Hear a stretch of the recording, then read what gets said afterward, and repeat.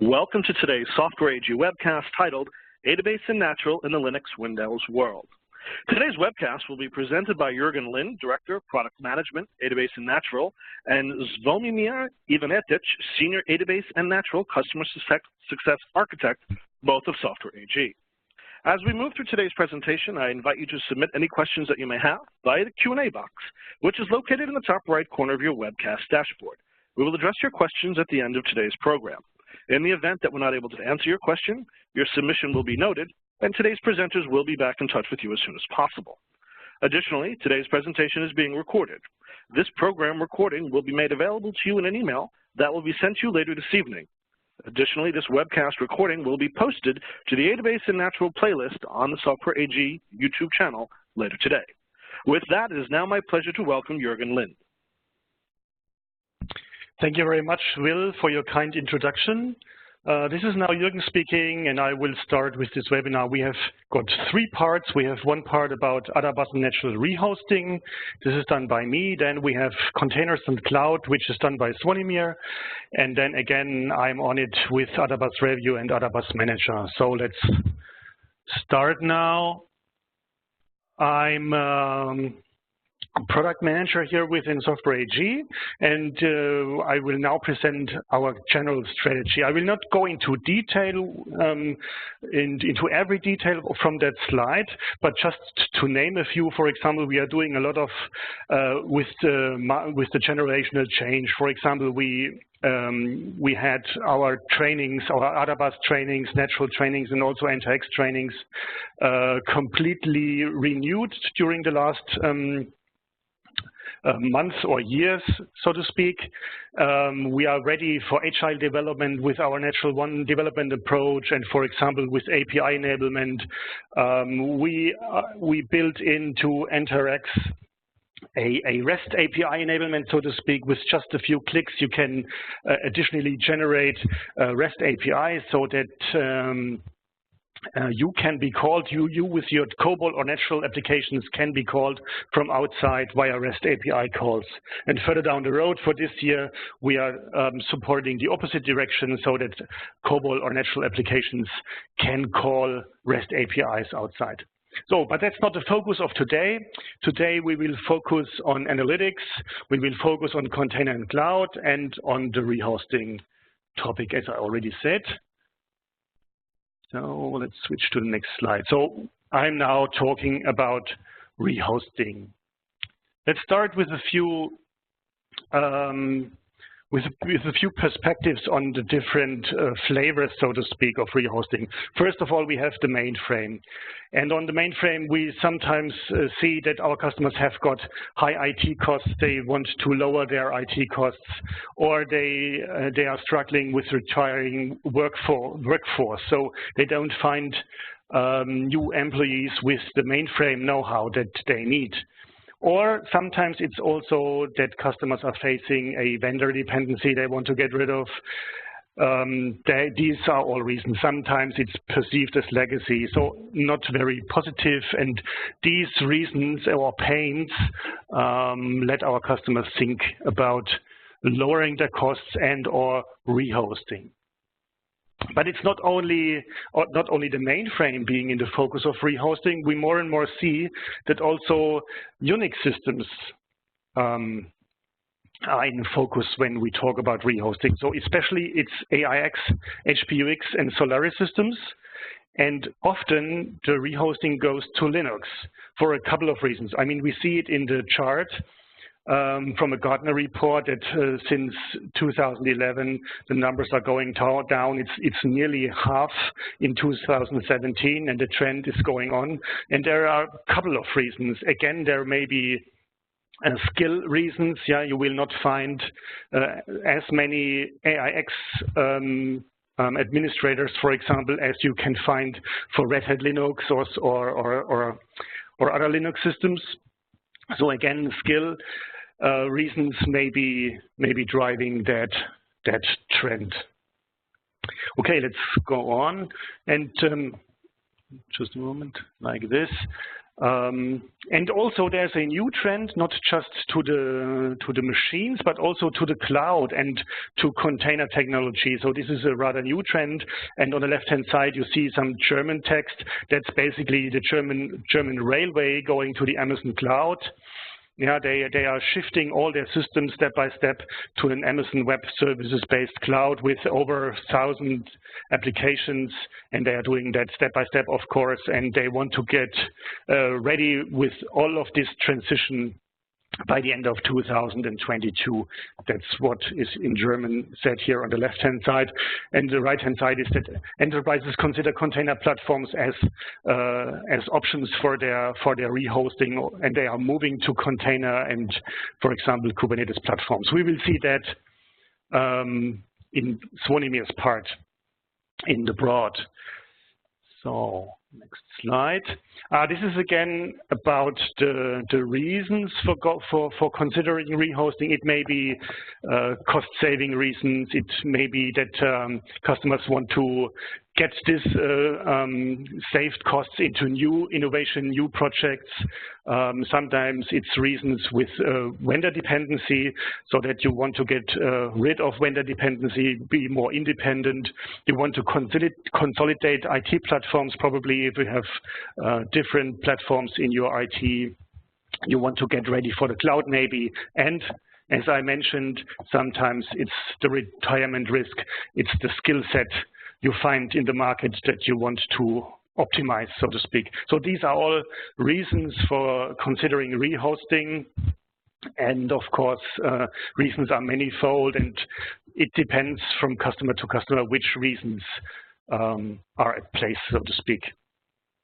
Yeah, when talking about rehosting, we are talking about rehosting from the mainframe to Linux. We are talking about rehosting from legacy UNIX to Linux, and we are also then talking about container and cloud. I always press the wrong button when trying to switch. So, and we are supporting that trend, the trend to container and cloud. So, for example, all our products are ready for being run under CentOS. CentOS basically is Red Hat Linux. So we certified all of our products on CentOS so that they get Docker ready, for example. But sometimes there's also things to do within the product itself. For example, what we did is we are now supporting native TCP/IP communication between Adabas on LUW and Natural, for example, so that Natural clients can call Adabas directly based on TCP/IP. So this is supporting actually those cloud container architectures. It's the support for virtualization and container as said here, and Svonimir will show that. But there's more, for example, with web terminal emulation. AppLinks supports that web terminal emulation, which again supports containers and cloud. And we will see later in my part with the Adabas Manager that we changed the architecture there too to support the same thing. Yeah, when doing rehosting, we have three pillars, three phases, so to speak. First, there's a discovery phase, a delivery phase, and a go live. And actually, it depends on each project. It depends on the size of the project. It can go from 3 months to a year or so. Some customers do step-by-step rehosting, but you have to clearly analyze the reasons for doing it step by step, because then, of course, if you have different kind of systems in parallel, your architecture gets very complex, and you have to balance the reasons for doing it step by step or at once, so to speak. And yeah, we have many customers doing so. So we come from nearly every industry. For example, travel Basis and Club Med are from travel industry. We have banking, RCI Bank in France, or Santander from Spain. We have insurance, AFMA, for example. So from nearly every industry, government with Stadt Salzburg. And yeah, the benefits, as I said, the benefits are addressing precisely the pains and the risks. So you can free up your budget for new innovation, for new projects. You get independent of your vendor maybe. You can modernize your IT infrastructure, especially when going to cloud and container. And of course, you are addressing cost savings. Having said this, I can now hand over to Zvonimir. Thank you, Jürgen. Let me welcome everybody. My name is Zvonimir Ivanetic. So I'm an Adabas Natural architect, cross-product in the Adabas Natural product line. And I'm supporting our valuable Adabas Natural customers with all those innovative topics that you can see here in regard to DevOps, Natural One, or container and cloud, but also API enablement and integration.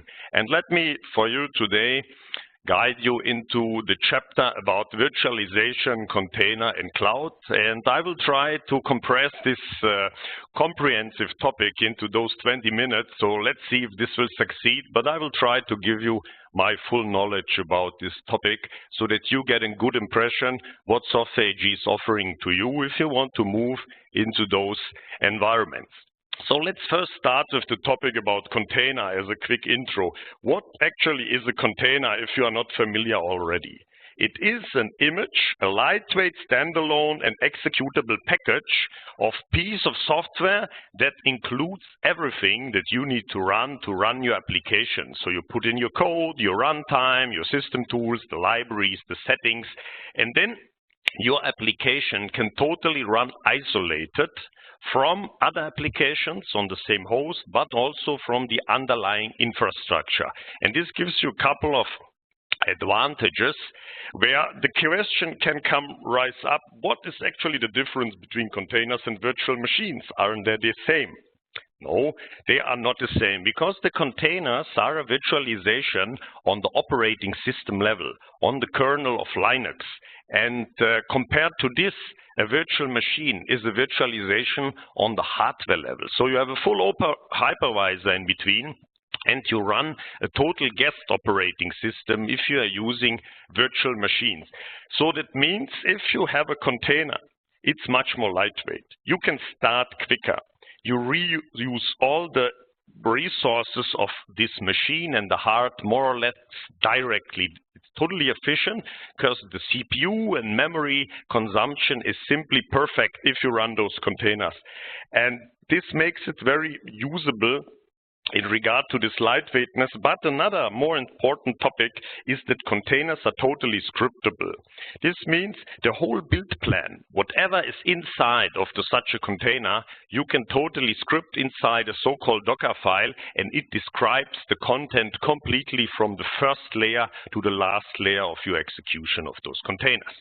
And if you look at the architecture of the concept, this means that such an image, as it is scriptable, is built. So you get a container image that contains your software, your piece that you want to run, and then you can push it inside of a registry. And from this registry, it can be a local one, an internal that you have for yourself, or it could be a public one like the Docker Hub, as you see on the right-hand side. And then you are simply able to execute those Docker container images on any machine in your data center or any data center in the cloud. You just need a Docker engine on top of it, and then you are able to execute those containers as a workload with your corresponding application on top of this.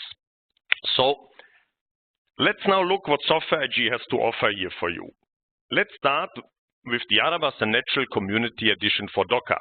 This is a very simple startup that we have set up where you can, with 6 steps, have Adabas Natural running on any machine. And the only prerequisite is that you install the Docker Community Edition on a machine, and then you are ready to go. You can register on Docker Hub, and you can start your Adabas and Natural containers on those machines, and everything goes without an installation. So a classical installation of Natural One, Adabas or Natural on the machine is no more required.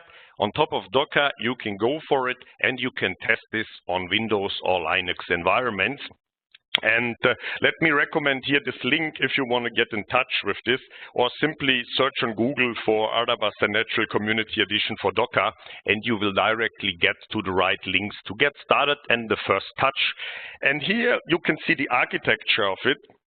So we have Natural 1 in this community edition. That is a simple zip deploy package that you can extract, and then you can connect to a natural environment running in a Docker container with a natural development server. And additional to that, an Adabas container that you can spin up as a separate isolated component, of course. And here TCP/IP communication is used to interconnect between all those components. And what we have additional to this, offered newly with the April release, is even the Adabas Manager that Jürgen will mention in the last part, also containerized as a community edition, ready to go so that you can administer your Adabas environments. And you can find all those community editions for the first appetizer about Dockerization inside of the Docker Hub, officially available, but also in the AWS Marketplace, where we have positioned those components. And if you have an account there, you are directly ready to go and get it as a free download. So now let's look at more the enterprise environment. So the Docker Community Edition is to get you started. But now if we look at the real enterprises of today, we need to focus on a transformation of Adabas and natural applications if you want to move to containerization. Because as of today, a big part of our customers is running all the components that we can identify on a single box.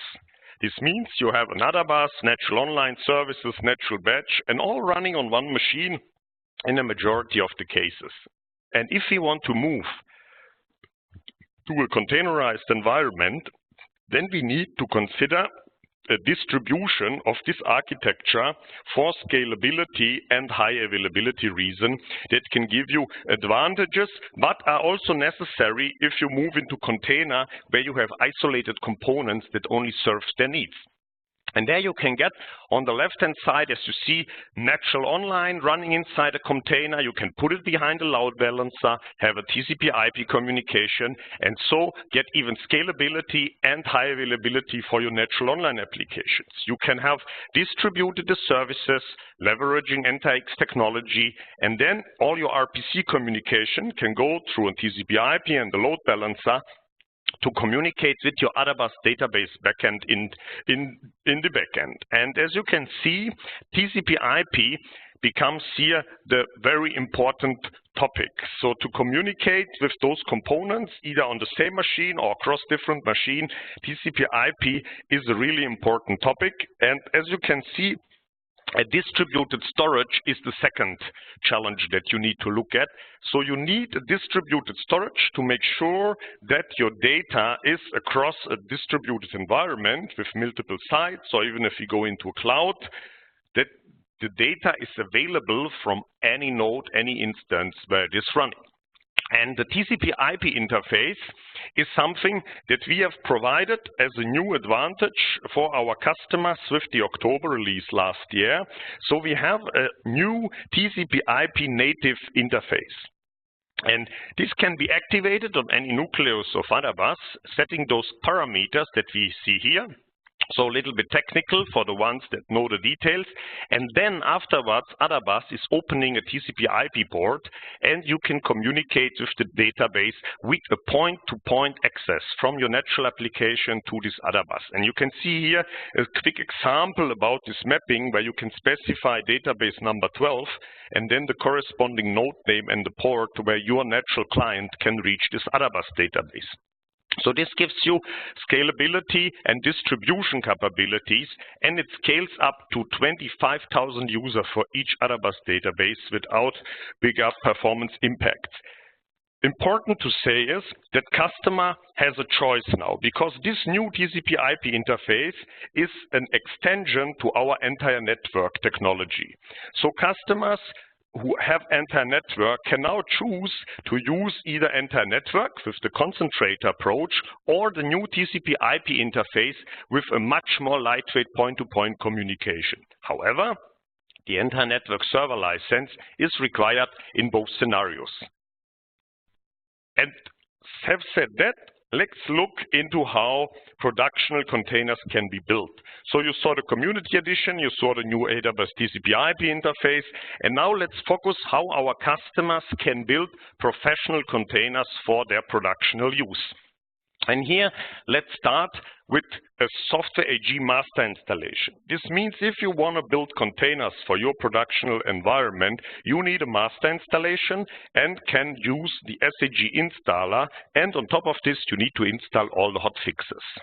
And after this, you will get all the assets that you need to build your images for a specific product inside of a Docker folder that is structured by specific use cases that we have. This can be use case natural with the development server or natural services, or it can be the Adabas database, or it can be natural or NTRX with the broker, or it's Java RPC servers. And these are the different use cases where you at the end have all the binaries in this subfolder that you need to create your image. Because what is the question for all of you who have thought about containers? What do I need to put inside such a container so that it works? And this is the question we answer with those assets. You can extract all the required binaries, put them inside. You have this Docker file where it's mentioning the scriptability of the whole topic. And then you have the additional assets like a start script, some config files, and probably some additional components that you need to awake this container to life so that it's ready to go. And all those assets we offer to you, so that you can get to your own running instances. And why we choose this approach and not to directly provide actually ready to use pre-built images, because first of all, we want customers to be customizable in this approach. This means so that you can exchange your base image. If you're running a Red Hat OpenShift and you need a Red Hat base image, you are ready to go. And because natural, for instance, is an application, a natural image you build without any additional components has no real value. At least you need to add your F-user with your application or some additional components and binaries you need to communicate with some of your ecosystem's parts. And therefore, this process is customizable. It is still fully supportable because we have defined images and use cases. And for our support department, they can track all the changes you have done so that they afterwards know exactly what kind of image you have built. And additional to that, we are flexible. This means we can even support older Docker versions with this approach, and we have the ability to adjust and to modify those use cases in this early phase of containerization. So to look at it from an architecture perspective once again, so how do you build the images from a master installation? You can see it on the left-hand side. You need an installed product. It could be on a Linux environment where you have the opt software AG default installation folder, and then you could have a product like the natural folder, and inside of the natural folder, you will now on Linux get an additional Docker folder where you see your use cases that you can build, and then out of those assets that you have in this subfolder, you can build your image and place it inside of a registry. And if you have the images of Adabas, of Natural, or for instance NTRX, then you can execute those images on any machine in your data center, any machine anywhere else. This means you have not the necessity to install any product anymore inside of your environments. Just run those components out of your registry. However, we have decided to make this separation of these assets for one reason. You can simply use them to build the images, but you can also support a little bit more sophisticated environments on customer. This means the assets, the binary that you need to put into the container, they are created by this Grace use case task script. And you can take them and put them inside of a binary repository. Additional to this, you can take all your textual assets, like your Docker file, the start script configuration files, and put them in a source repository like Git. And then you can set up a continuous integration process inside of your company to build those images automatically if anything changes, if there are software updates, if there's a new version of software AG products. And this continuous integration will build a new image out of this so that you have a DevOps approach, not only for your software development, but a DevOps approach for your platform. And then you can, of course, run all those assets again on any environment. So, but now let's look at the goal of all of this. So we was not talking about the community edition that you have to ramp it up. We have talked about the way how you build your images yourself, what we have provided. But now let's look where you want to finally deploy all of those assets. And as an example, we can look in the deployment inside of the AWS cloud. And here you will, of course, have an on-premise part, but you can have a setup on an AWS cloud. You could have a Kubernetes cluster. I know I have not explained this term, but look at Kubernetes as something as an orchestrator, a cluster operating system, or something that makes your resources a supercomputer. And then if you look at the architecture, you can have a storage, a distributed storage where you have your assets. You can have multiple nodes that are running on top of this storage, and your Kubernetes cluster operating system putting this all together so that you have the ability on-premise to build in a DevOps process all your assets, not just your natural application, but also your whole platform. And then you can create images and push those images inside of a registry that is available in your cloud environment. And from there on, you can simply run your whole workload inside of this cloud. You can run your Adabas workload, your online workload, and your natural services, and access the online services from an online application or the API through an API device that wants to consume all of those services. So let's sum it up at this slide. So here you can see how modern application and development on IT platforms look like that we actually offer. So first of all, a DevOps process that allows you to develop your software, your natural applications more agile with Eclipse and the Natural One development environment, but then the modern application and IT architectures. And here you have the choice with this approach, deciding if you want to run the whole stuff from perspective of the infrastructure on-premise, on your own data center, or if you want to move to a private cloud or inside of a public cloud deployment like AWS or Azure. And on top of this, you always have a virtualization layer. You can use virtualization, the offering that all your cloud providers give you, but of course you can also go into containerization, and this on top of Kubernetes as the current state-of-the-art orchestration operating system for containers. And this choice allows you to run on top of this inside those environments your Adabas Natural or entire X application in different containers that you can separate this, and then you can access through the corresponding interfaces and run batch workload, but also API enable all this functionality and move it into this environment. So now let's look at my 3 key takeaways. So there was a lot of content and I tried to compress it, everything in there. I'm pretty sure that you cannot remember everything. Even if you have a recording, I would suggest you to look into it. However, the 3 key takeaways I think that are mandatory are: if your company has a container strategy, Adabas and Natural are ready to go. So they can follow you if you want to go into a container as your future deployment architecture. However, if you plan to move workload to the cloud, Adabas and Natural applications can also be part of the journey. So if you want to move workload there, get in touch with our contact from Software AG to discuss with you how this can be done. And one very important topic at the end, just to mention it. Containers are no prerequisite to move to the cloud.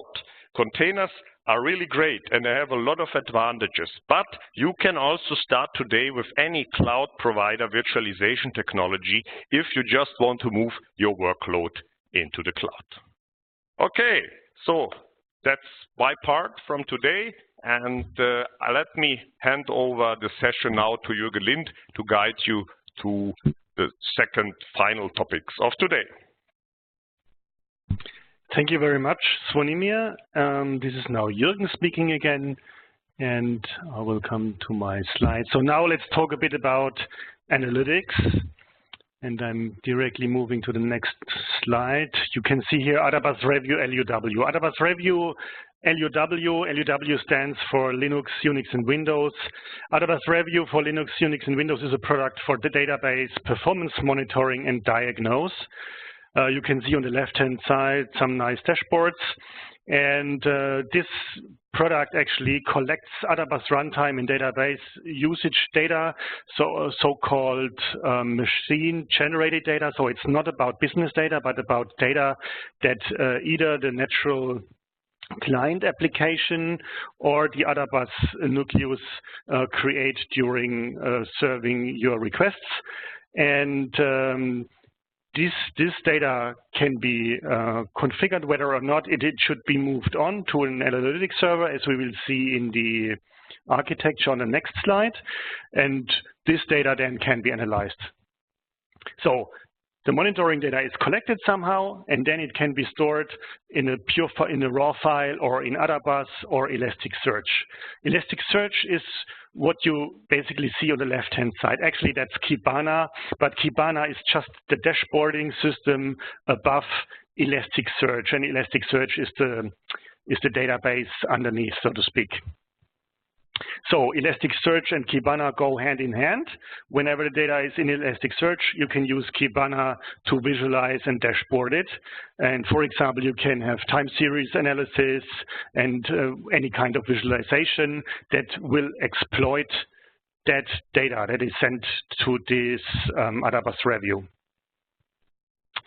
Point number 4, supports natural application data means that with every request from a natural client application that is sent to Adabas, there is also data about this natural client application, so where it is coming from, and so on. Some data about the client accessing the Adabas, and then Adabas itself brings in more IT-generated data. And all this data then is sent to the analytics server as one information package or one information record, so to speak. And that's done call by call. So I'm now moving to the architecture. As you can see on the left-hand side, there are 3 databases. All these databases, Adabas servers, are pushing their data to the Adabas Analytics server, and from there on, it can have different targets. For example, it can be pushed into a raw file, it can be pushed to Adabas again, or it can be pushed to Elasticsearch/Kibana. And of course, it depends on the use case, what you are doing.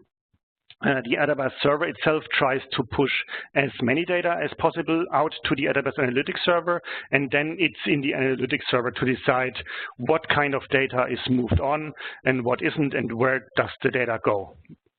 So for example, for the raw file, this is used in-house, inside Software AG. We're using it for automating our own tests and for debugging during development. For example, it's very easy to have a raw file there.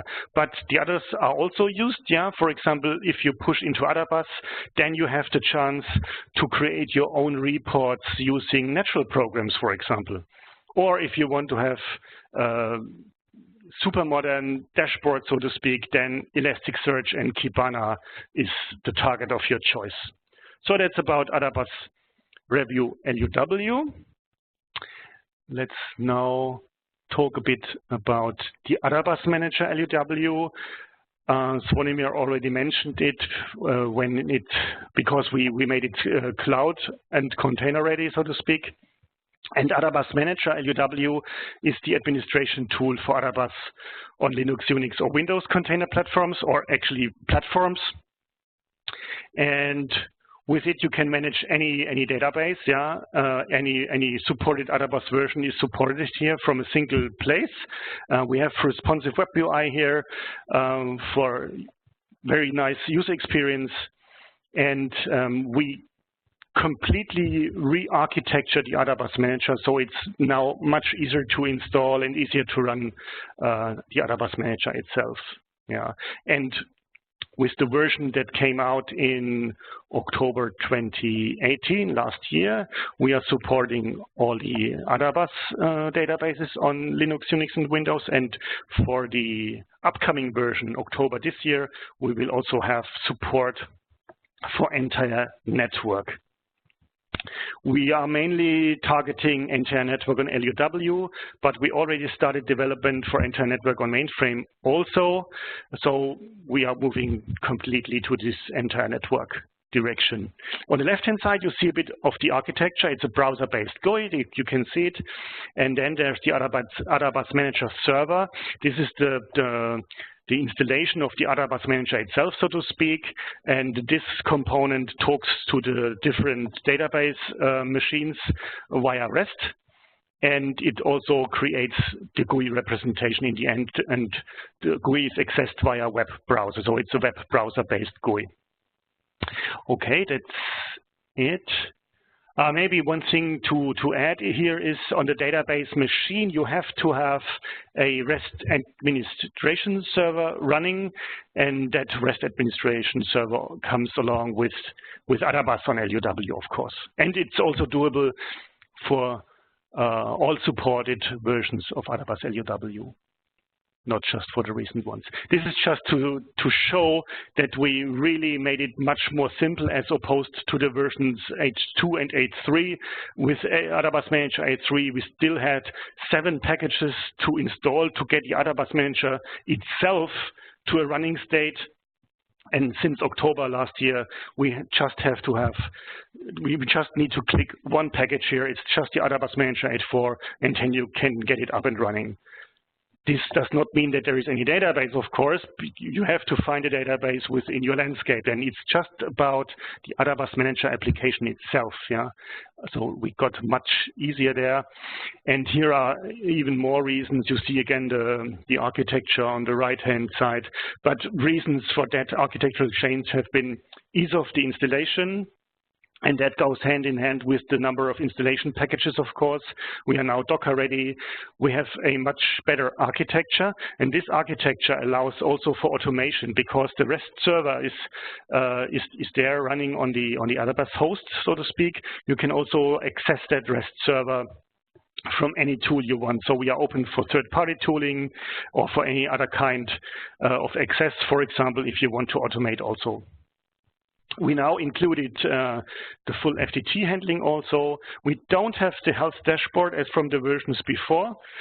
We may address that at a later point in time. We now focus on coverage with entire network first in the next version. And the functional coverage is, for the administration part, is we fully cover any kind of administrational tasks here, and the usability is much higher than before, I think.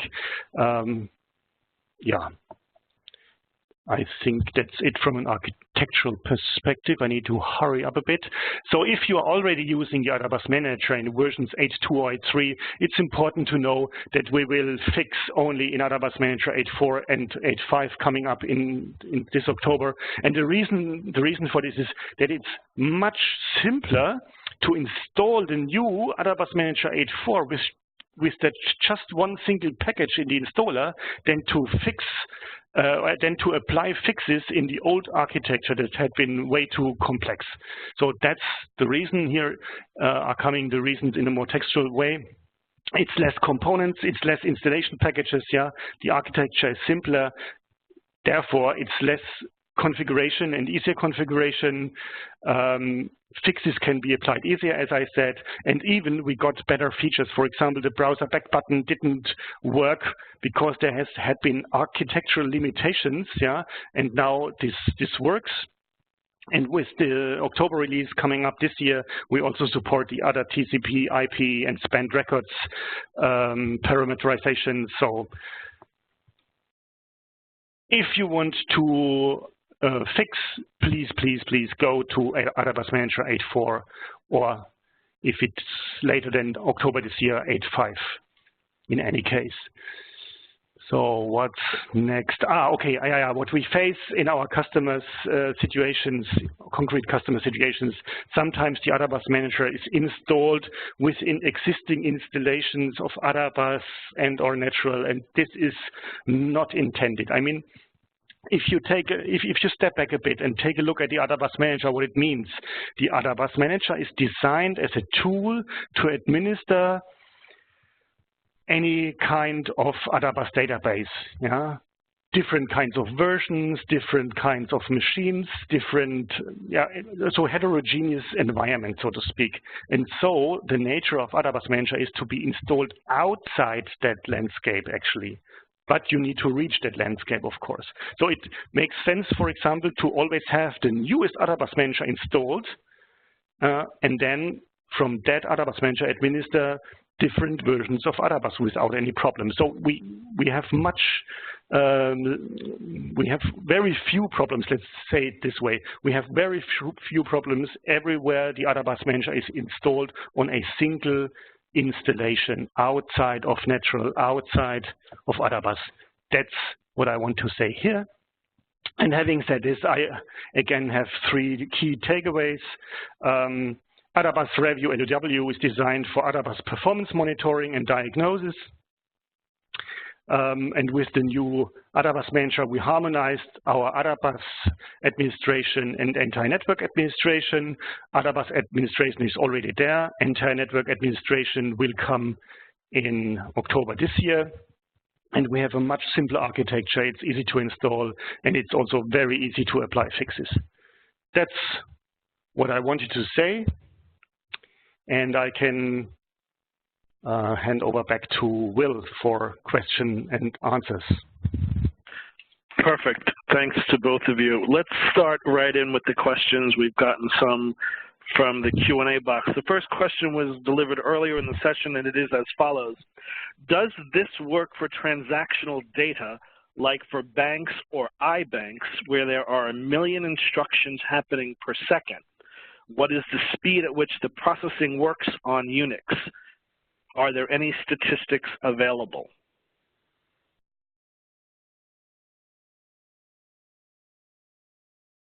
Let me take this question. Yes. I mean, at the end, it's always a question how capable the infrastructure is that we have underneath. And we have, of course, performance measurements done in regard to see what is an architecture that is handleable if we look at the cloud deployments for this. I'm pretty sure there will be setups when you think about the rehosting coming from a mainframe where you will not so easy be capable to handle this with some of those underlying infrastructure. But I think we always need to look at the real specific situation, and we need to consider what is the real distribution that can be achieved. Because as of today, everything is mostly running on one machine, and then you always focus on what can one machine achieve.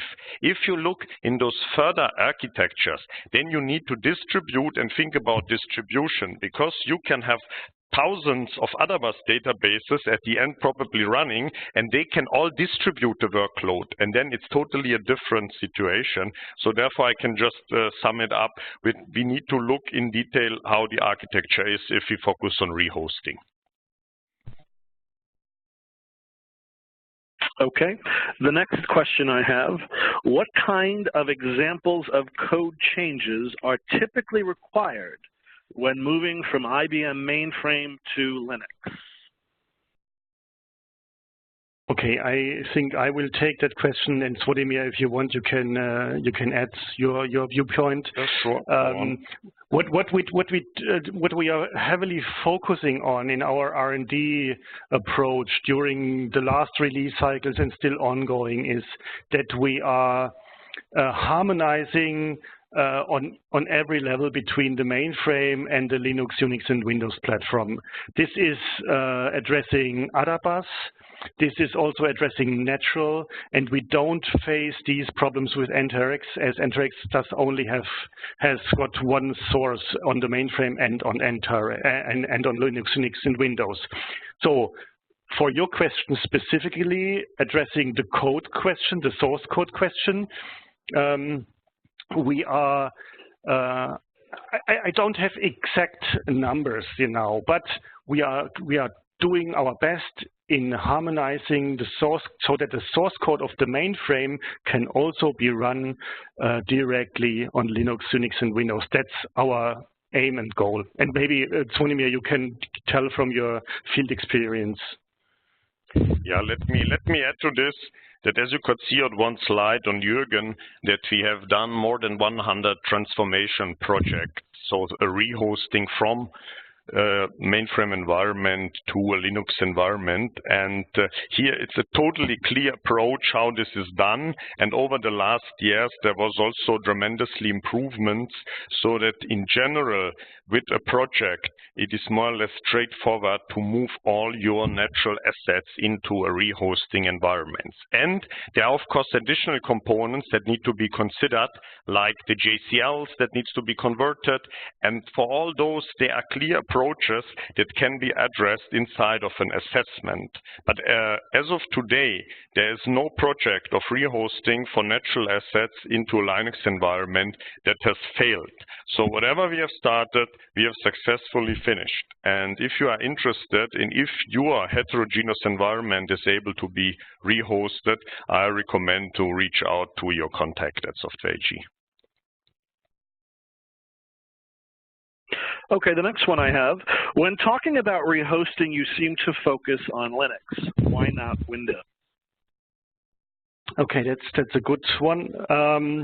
In principle, also rehosting to the Windows platform is absolutely doable. So also Windows platforms can be target of rehosting as a platform. We as Software AG do see the trend, however, that more rehosting projects go into the direction of Linux. I mean, the reasons may be different or manifold. One reason may be that Linux has got a broader community, maybe, and maybe also because it's less vendor dependent.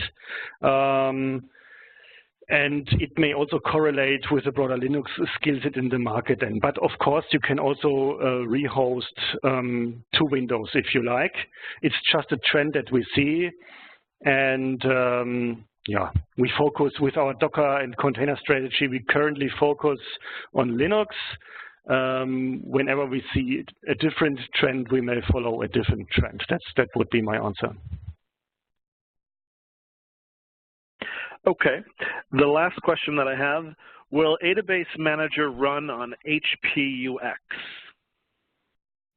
Okay, that maybe was not so clear during my presentation, and I'm happy to clarify that. The Adabas Manager application itself is a server application with a browser-based UI. So that Adabas Manager application is available on Windows and Linux. So it will not run on HPUX. However, you can administer any supported version of Adabas LUW with it. So regardless of the platform, be it HPUX, be it Solaris, be it AIX, or Linux, of course, you can administer any Adabas LUW, any supported Adabas LUW version running on any of the supported platforms with it. The REST administration server, I pointed it out in my presentation. The REST administration server is installed along with the database, and the Adabas Manager application is installed outside, but it can access any of those database servers via the REST administration server. And can it run on HPUX? I don't know how the question was meant, but we have a browser-based UI, so you can access it from any platform using a web browser. That would be also part of that answer. Okay, I have one more that's just come in that I'd like to pose to you, and that question is as follows. What is the user interface for the batch component JCL replacement? TSO-like replacement? Editor job run interface and job dependency managers? Question mark.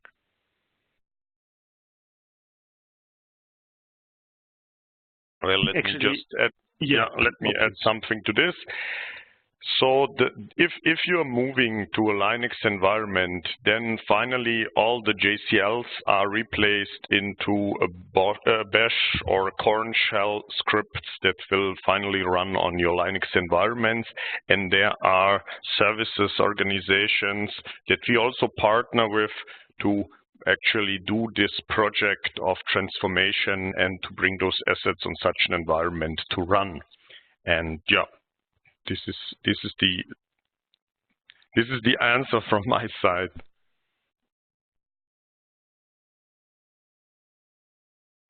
Okay. Well then, gentlemen, everybody, thank you for joining us. As was mentioned earlier today, this program will be emailed to you later this evening. It will also be on the Adabas Natural playlist on our Software AG YouTube channel later this afternoon. So Jürgen, Zvonimir, thank you both for your time for a very informative presentation today. Our program has now ended. Enjoy the rest of your day.